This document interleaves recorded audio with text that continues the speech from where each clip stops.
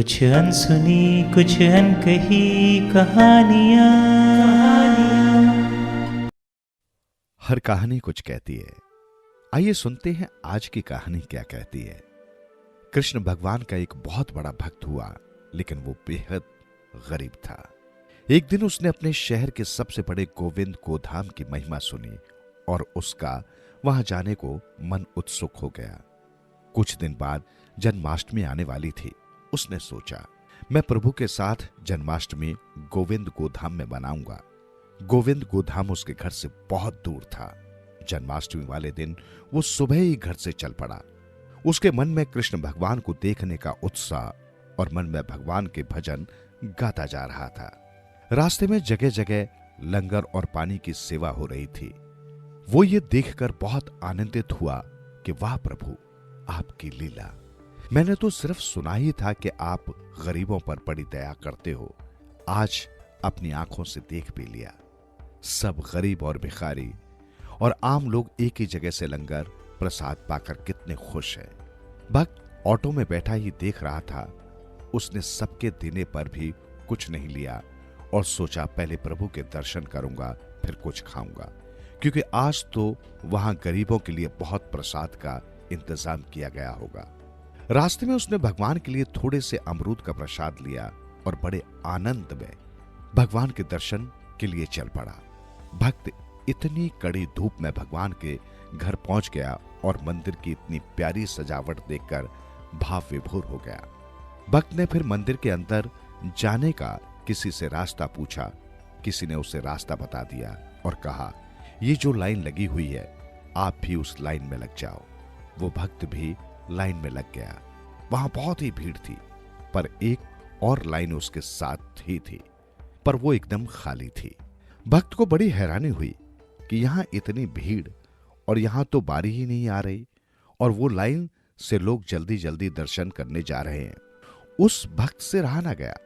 उसने अपने साथ वाले भक्त से पूछा कि भैया, यहां इतनी भीड़ और वो लाइन इतनी खाली क्यों है, और वहां सब जल्दी जल्दी दर्शन के लिए कैसे जा रहे हैं? वो तो हमारे से काफी बाद में आए हैं। उस दूसरे भक्त ने कहा कि भाई, ये वीआईपी लाइन है जिसमें शहर के अमीर लोग हैं। भक्त की ये बात सुनते ही आंखें खुली की खुली रह गई। उसने मन में सोचा, भगवान के दर पे क्या अमीर क्या गरीब, यहां तो सब समान होते हैं। कितनी देर भूखे प्यासे रहकर उस भक्त की बारी दरबार में आ ही गई और भगवान को वो दूर से देख रहा था और उनकी छवि को देखकर बहुत आनंदित हो रहा था। वो देख रहा था कि भगवान को तो सब लोग यहां 56 भोग चढ़ा रहे हैं और वो अपने थोड़े से अमरूद सबसे छुपा रहा था। जब दर्शन की बारी आई तो सेवादारों ने उसे ठीक से दर्शन भी नहीं करने दिए। जल्दी चलो कहने लगे। उसकी आंखें भर आई और उसने चुपके से अपने वो अमरूद वहां रख दिए और दरबार से बाहर चला गया। दरबार के बाहर ही लंगर प्रसाद लिखा हुआ था। भक्त को बहुत भूख लगी थी। सोचा, अब प्रसाद ग्रहण कर लूं। जैसे ही वो लंगर हॉल के गेट पर पहुंचा तो 2 दरबान खड़े थे। वहां उन्होंने उस भक्त को रोका और कहा, पहले वीआईपी पास दिखाओ, फिर अंदर जा सकोगे। भक्त ने कहा, यह वीआईपी पास क्या होता है, मेरे पास तो नहीं है। उस दरबान ने कहा कि यहां जो अमीर लोग दान करते हैं उनको पास मिलता है और लंगर सिर्फ वो ही यहां खा सकते हैं। भक्त की आंखों में इतने आंसू आ गए और वो फूट फूट कर रोने लगा और भगवान से नाराज हो गया और अपने घर वापस जाने लगा।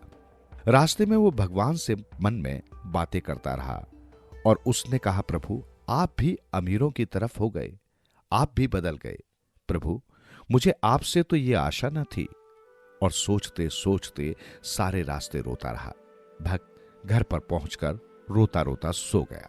भक्त को भगवान ने नींद में दर्शन दिए और भक्त से कहा, तुम नाराज मत हो मेरे प्यारे भक्त। भगवान ने कहा, अमीर लोग तो सिर्फ मेरी मूर्ति के दर्शन करते हैं, अपने साक्षात दर्शन तो मैं तुम जैसे भक्तों को देता हूं और मुझे 56 भोग से कुछ भी लेना देना नहीं है। मैं तो भक्त के भाव खाता हूं और उनके आंसू पी लेता हूं, और ये देख मैं तेरे भाव से चढ़ाए हुए अमरूद खा रहा हूं। भक्त का सारा संदेह दूर हुआ और वो भगवान के साक्षात दर्शन पाकर गदगद हो गया और उसका गोविंद गोधाम जाना सफल हुआ और भगवान को खुद उसके घर चलकर आना पड़ा। भगवान भाव के भूखे हैं, बिन भाव के उनके आगे चढ़ाए 56 भोग भी फीके हैं। सुनते रहो दिल से यूं ही कहानियां। कहानियां आपकी, हमारी और सबकी, जो दिलों को छू लेती है। सुनते रहें कहानियां।